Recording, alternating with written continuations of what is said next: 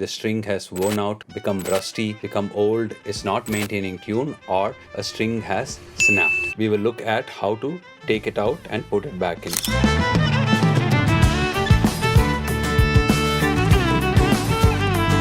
We are going to be looking at one very important technique when it comes to the violin, and that is the technique of replacing a string. There might be various needs for this. We have one string that has snapped. Before that, let's reiterate the string numbers. We have first, second, third, fourth, from the highest pitch to the lowest pitch. That is the E string, A string, D string, and the G string, as it is also called.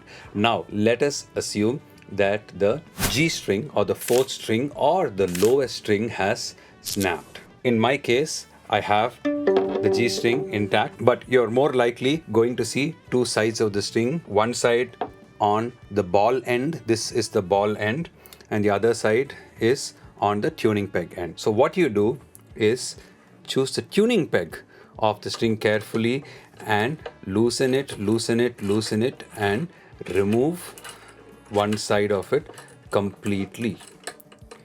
You take it out of the tuning peg, and by this time you can see that the ball end has also come off, but in case it was a snapped string, you will find this attached here. So now that we've removed the string, we will keep it aside in a slightly organized manner, and we will take a new string. So now I have the G string in my hand, which is one of my spare strings. As we have always said, always good to keep a set of spare strings in your violin case all the time. Now, what we need to do is to remove the tuning peg out a little bit so that you can see a hole inside it where the string is supposed to go inside. Make sure the hole is placed between the D string or the third string and the edge. You don't want it to go in between any of the other strings. Okay, it should come correctly after the D string,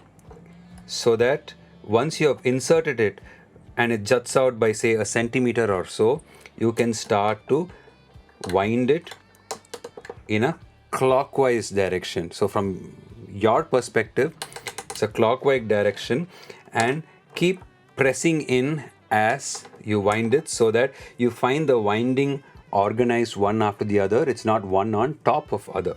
Okay, so you do that, and then there is this winding part of it where you see a color here. At some position, when it comes close to the winding, it is time to put the ball end. Now the ball end can be a little bit uncomfortable based on the kind of string adjuster you have. In my case, it's something that takes a little bit of effort, but I can just wedge this apart. If you need a pair of pliers, then you can use that to just wedge the ball end so that you can put the string in. And now, keeping the string taut, okay, so that you don't have any looseness that are come on this side. If you want, you unwind it again, make it a bit organized, and then continue tightening it clockwise. Keep going. And this is an important part where you've almost come to an end. You have to make sure this one falls on the groove. Okay, so there is a groove here at the nut. This portion is what we call it the nut, and there is a groove here on the bridge. Let me take a few steps back. It's always to make a note of what the groove was. If you have a pencil, all you have to do is to, if you have a couple of grooves, then it's better to make a note of where the string was earlier as soon as you take out the old string, so that you're sure that it goes into the same groove, so that your violin and your fourth string in this case feel the same. It doesn't feel like it shifted a little bit. Your fingers will immediately notice even if it's 1 millimeter apart. So now that you've gotten the grooves in place, tighten it while pushing the peg down inside even more, and then you reach a time where you start to hear a note, and now you can check.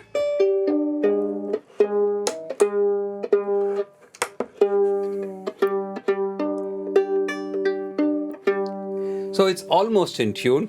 What happens very commonly is when you do something like this, your other strings also get detuned as a result. So once you've gotten it close enough, what you need to do is to tune the other strings as well. Learning the violin, whether you're starting from scratch or picking it back again, Soul Swara helps you to learn one note at a time, 10 minutes a day, with very well explained videos where you can learn from your own space and at your own pace. Along with my skilled faculty, we have taught thousands of students all across the world. With expert-led videos, self-paced progress, and guidance from teachers, you are never alone when playing the violin. Start your violin journey with soulswara.com. Link in the description. And also remember, it's always good to change all the strings together if you find that your strings have become old and rusty.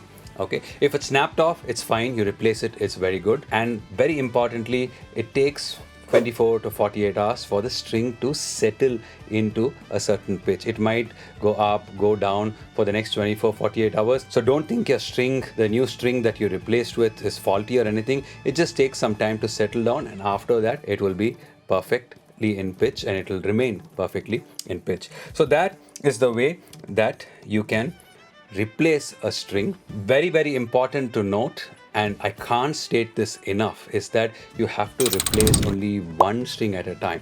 Let us say I'm replacing all the strings for some reason, mainly because the strings are old. Then once with this down, I'm going to take my D string, then my A string and the E string.